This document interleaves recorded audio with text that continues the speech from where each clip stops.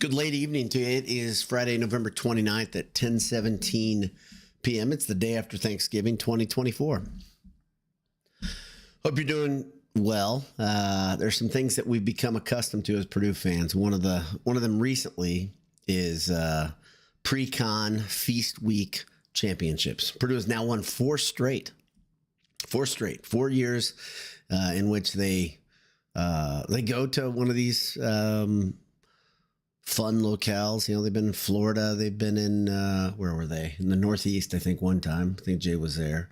I think I'm right. Of course, they went to Hawaii, and now they went to San Diego.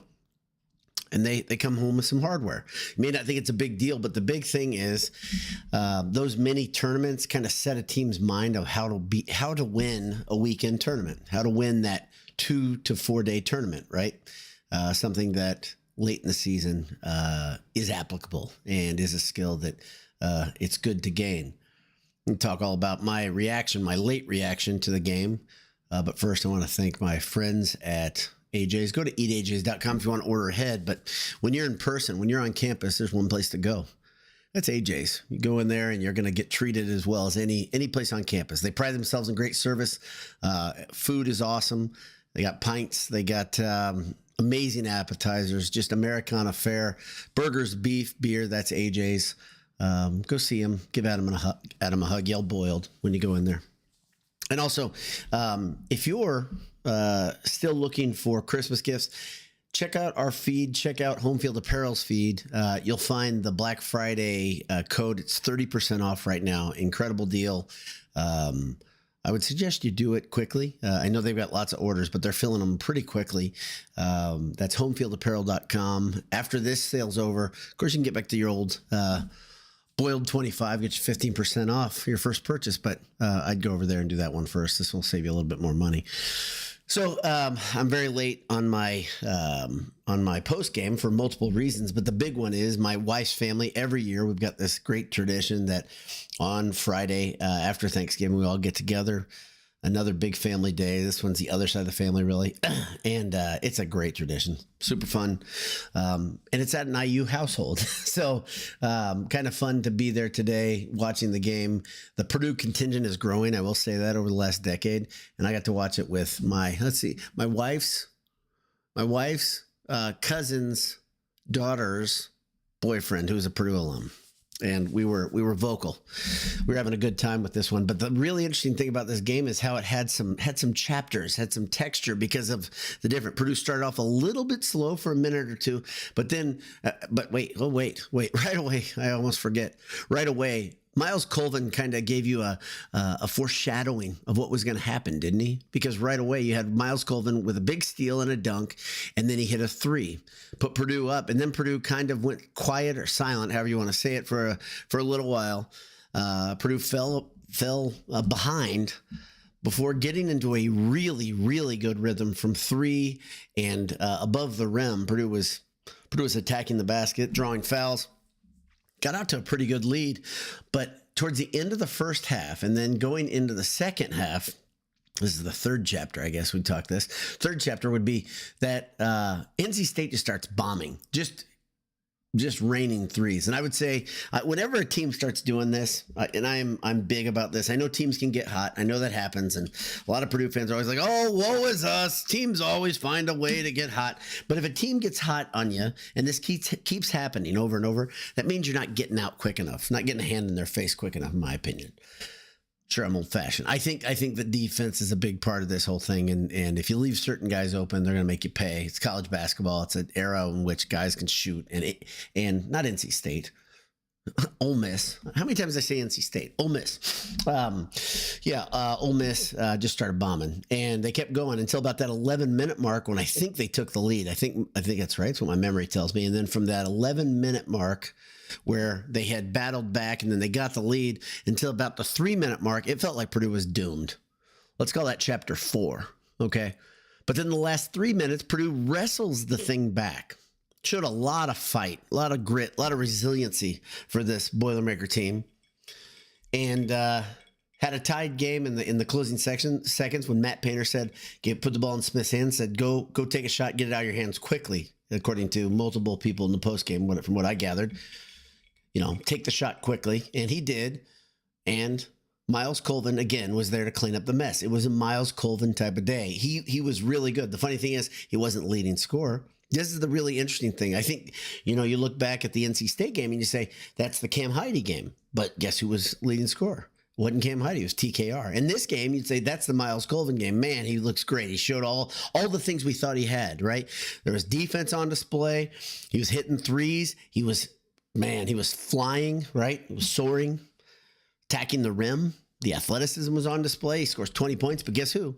TKR, leading scorer again. This guy is damn rock solid right now. And the other really interesting thing developing right now is Trey Calvin-Wren is rebounding the ball really well too. This is something we didn't see for a little while as he was kind of getting accustomed to his new role, but now we're seeing it. And we're seeing, instead of last year, I always said we need to see a big three, right? You needed Edey. It couldn't just be Edey as Batman. You had to have some Robins there, a pair of Robins. And it usually was Lawyer and Smith, right? But this year, it's this four-man thing you got. You got the scoring being spread around. We've seen it multiple times, and it's been different guys. That's the really, really fun thing, right? Whether the Alabama game, when you have C.J. Cox being a hero coming off the bench, which we haven't seen in a while, he's still got it. He's still got the capability. He just hadn't done it the last couple games, right? Jakari Harris can go off. We know that. Miles Colvin obviously can be that guy. Cam Heide can be that guy, but Cam Heide was quiet today, right? Yesterday, he was the guy. Today, it's Miles Colvin who's the accessory, if you will, the contributing accessory. Braden Smith still played very well. Lawyer played very well, but they played quietly at times. Again, I think teams are trying to say, okay, we're going to take these guys away and see. I think this is what's happening. We're going to put our best defenders on those guys, take them away from you, and what are you going to do? Well, it looks like what Purdue is going to do is find a way to win. That's what it feels like. Purdue's 14th in America right now. If you look at KenPom, they're 14th on that poll as well. If you look at that poll, Ole Miss was like in the, I think, low 40s, high 30s, I think, coming into the game. They're a good team. I think they're better than that KenPom ranking, actually. And here's another interesting subtext of this game, of course.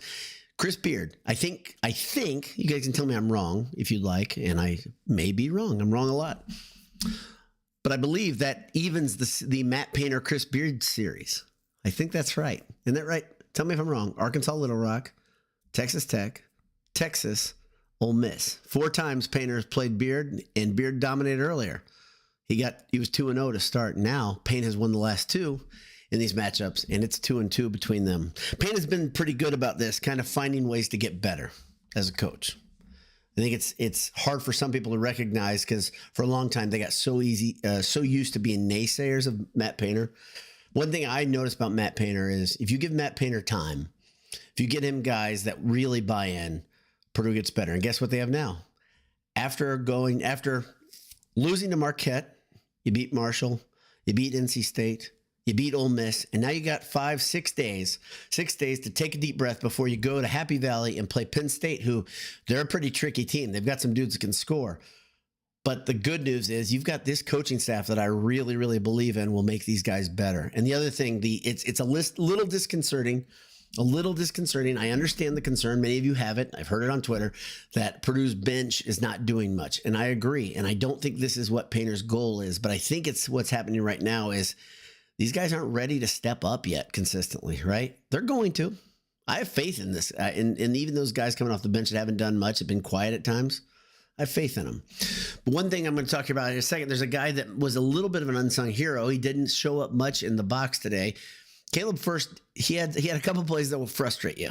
And you guys know I'm a Caleb First guy. I believe in him. But one thing he had 4 big rebounds tonight off the bench.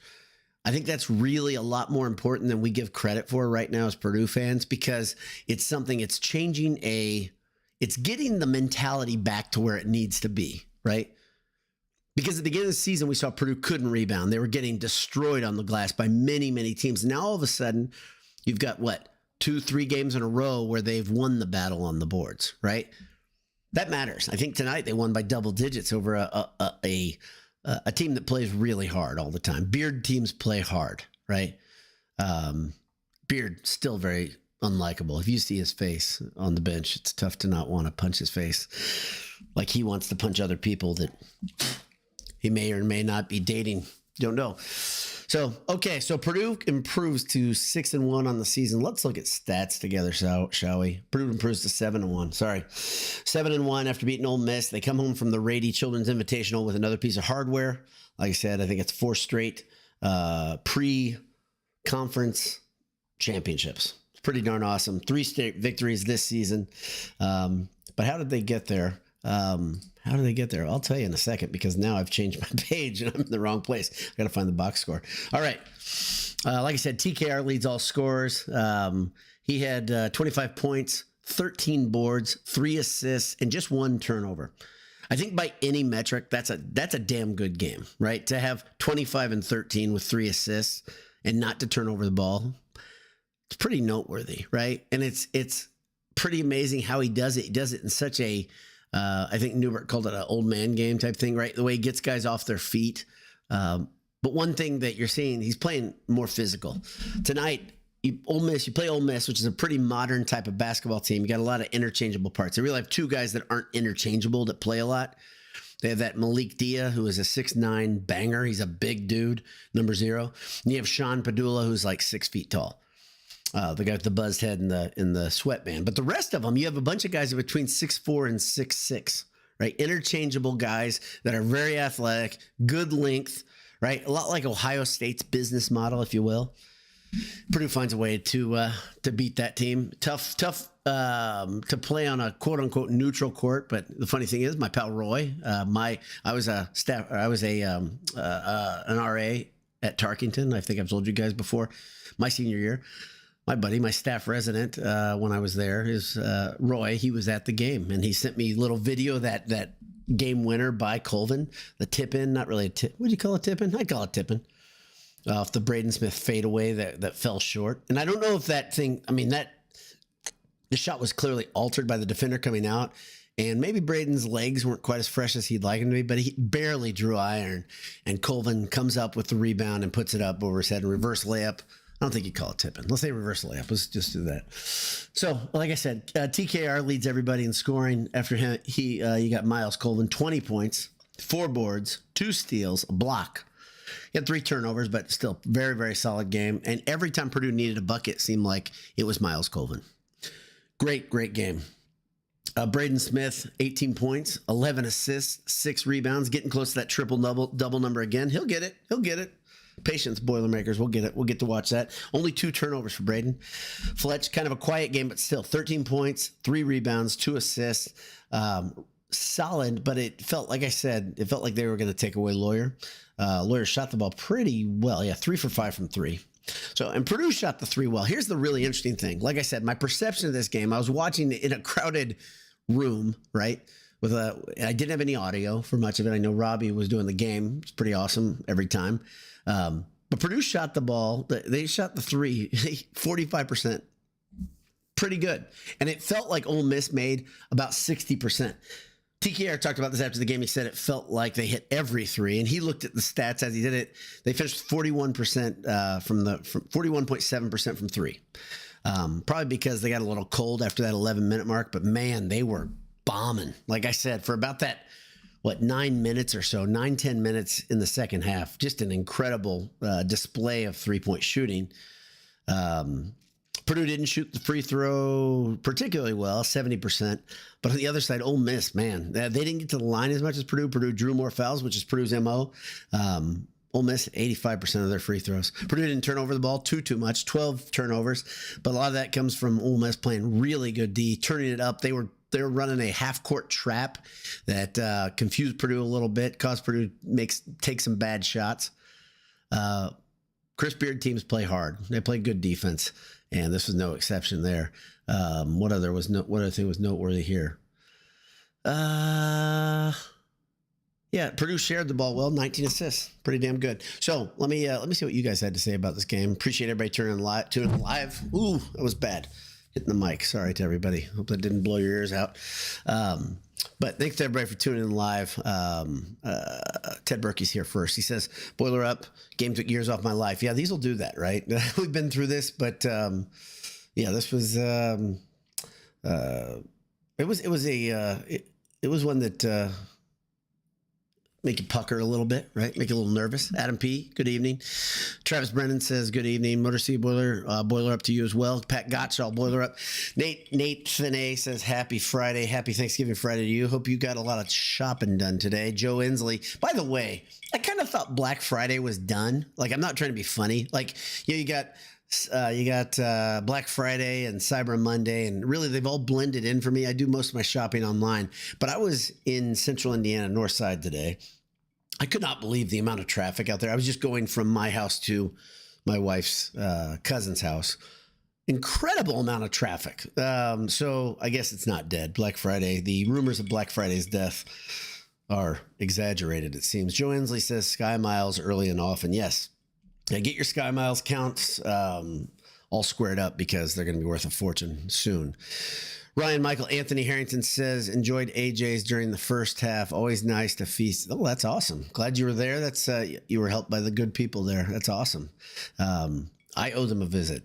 I was trying to get up there when I picked up my son from campus. I didn't get there soon enough because work kept me. Ron Gable's here. He says, never doubt Painter owns November.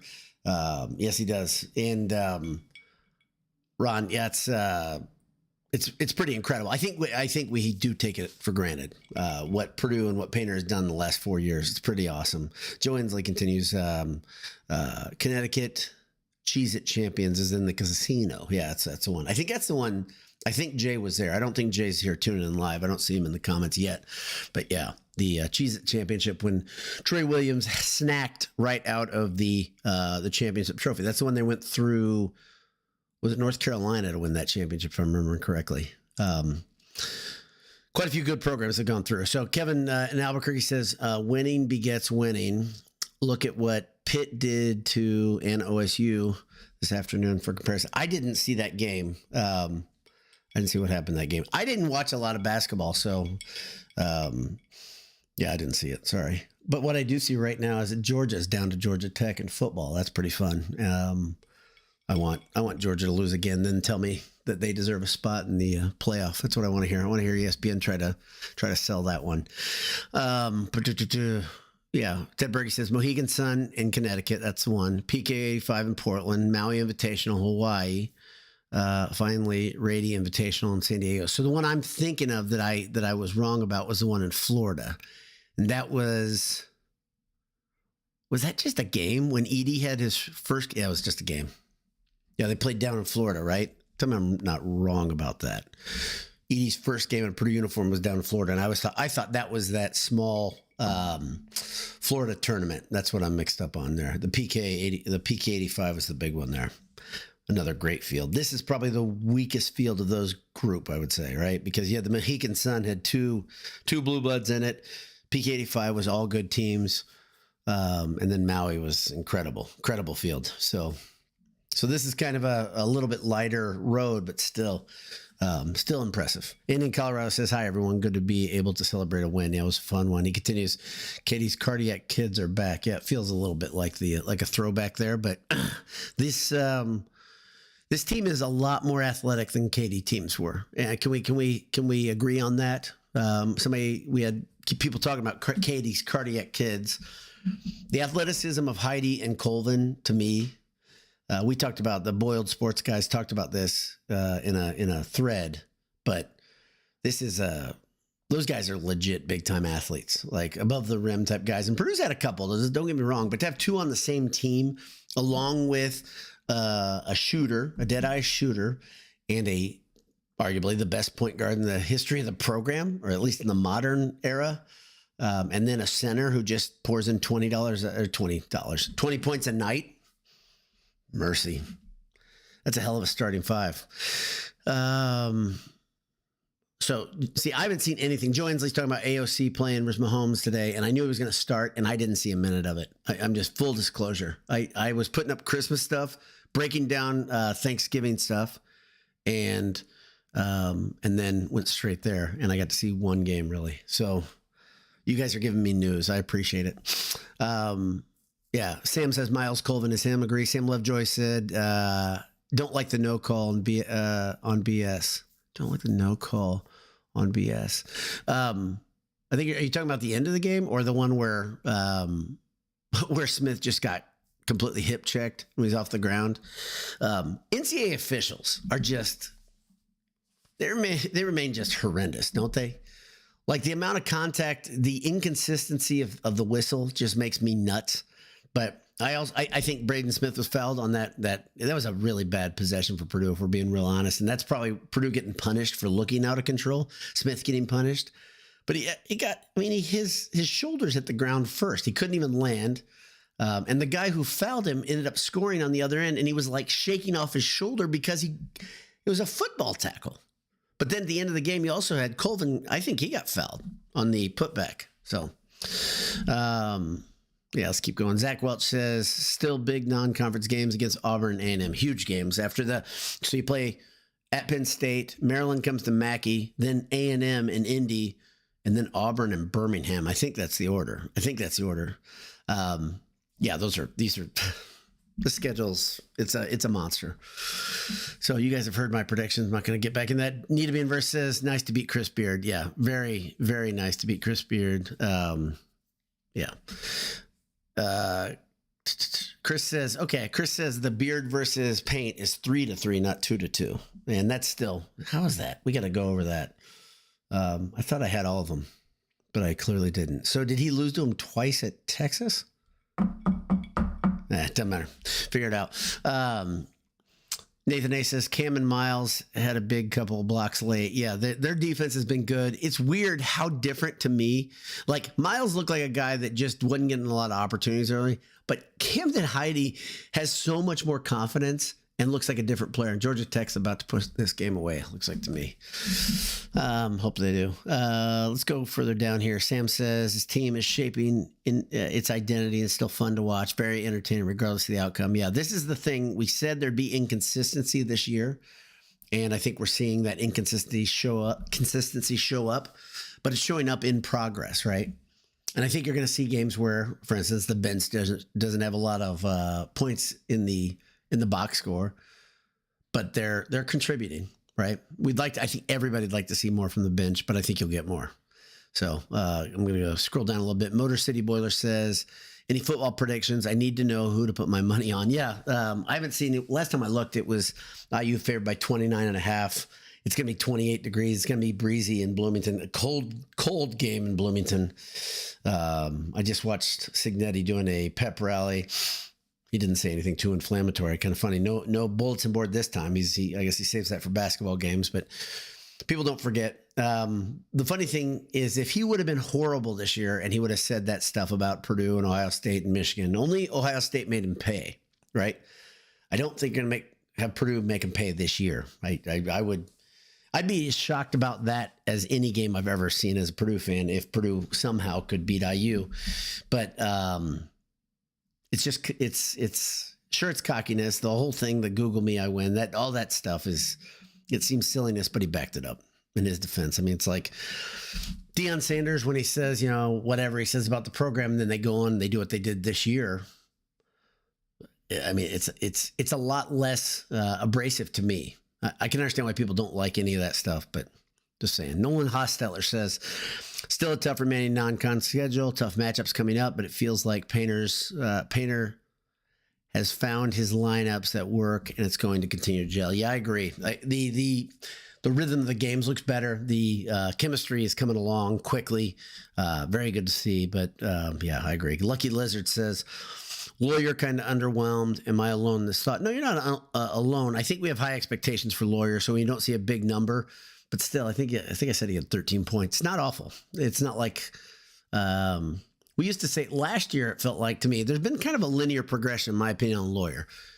He's more consistently in that low teens number. I don't know what his average points per game are right now than he was last year. Right, last year he'd have games where he kind of disappeared, but then he'd have a game where he just went off on somebody. I think he's more consistent in that. I think he's more patient. I think he's I think he's also getting more respect from defenses now. I mean, think about the difference of what TKR, Smith, and Lawyer are dealing with versus what they dealt with last year. Because every time they got the ball, they'd look around and there'd probably be their guy would be either falling off towards the double team or trying to hedge to help out as that double teamer left, right? So remember in the beginning of the season, it looked like a lot of guys weren't ready to shoot. Specifically, Heidi kept getting the ball and he'd pump fake or he'd wait. And that comes from having not as much space, right? Look out. Last year, he had space. I compared him to Aaron Wheeler. Obviously, he's already surpassed what Aaron Wheeler did the year after Boogie left. But when you have a guy that's a magnet of all eyes, like Boogie was, and like to a greater extent, of course, Zach Edey was, it changes the way the spacing on the court is. It changes the way the defenses are coming at you, right? So it took Heidi a little bit of chance to figure out, okay, I'm not going to have quite as much room when I take the shot, but I still got to take the shot. Open is open, right? So very different. All these guys are getting different to this new existence. They're doing a good job. Gerald Huff says Heidi and Colvin got serious hops. Yeah, they're crazy athletic. So Sam says Auburn is legit. Tough team, tough matchup. I think it's the best team in America. I just think they are. I think it's going to be a great. Like Purdue's had these barometers. Obviously, the good schedule does that, but it's another chance to say, okay, where are we right now? Right before we go into the full thick of the Big Ten season, the real swinging Big Ten season after that stupid 2-game thing that they do, you get to see, okay, where are we among the elite, the truly elite? And they'll say, okay, we've got work to do. That's my guess. What's going to come after that one? So, Zachary Welch says Arkansas, Little Rock, Texas Tech twice. That's 3. Texas 4. Ole Miss 5. Did he play Texas twice there? Was the one Texas pre-con game with Beard too? I thought it wasn't. It must have been. Is that right? I don't think so, but maybe I'm wrong. I must be wrong. Daryl Brace says, we'll be at Auburn game with my War Eagle daughter. That's pretty awesome. Should be an interesting night. Yeah, that's in Birmingham, right? It's not on campus, right? Am I right about that? I think I am. So that'll be pretty neat, though. Be a great atmosphere. Come back and let us know what you thought of it. Regardless of what the outcome, that'll be fun to hear what your thoughts were. South Haven Boiler says the height and Heidi's block was amazing. There's a couple. Yeah, that was the one where they kept reviewing it, right? And they had those 3 angles, and at one angle it looked like his head was above the rim, right? He had 2. Actually, he had 2, didn't he? He had 2 blocks that were both reviewed, and they were like just highlight reels for Cam Heidi. They're like, okay, this is Cam Nation. This guy is a freaking freak. Watch out how he gets off the ground. Gets off the ground.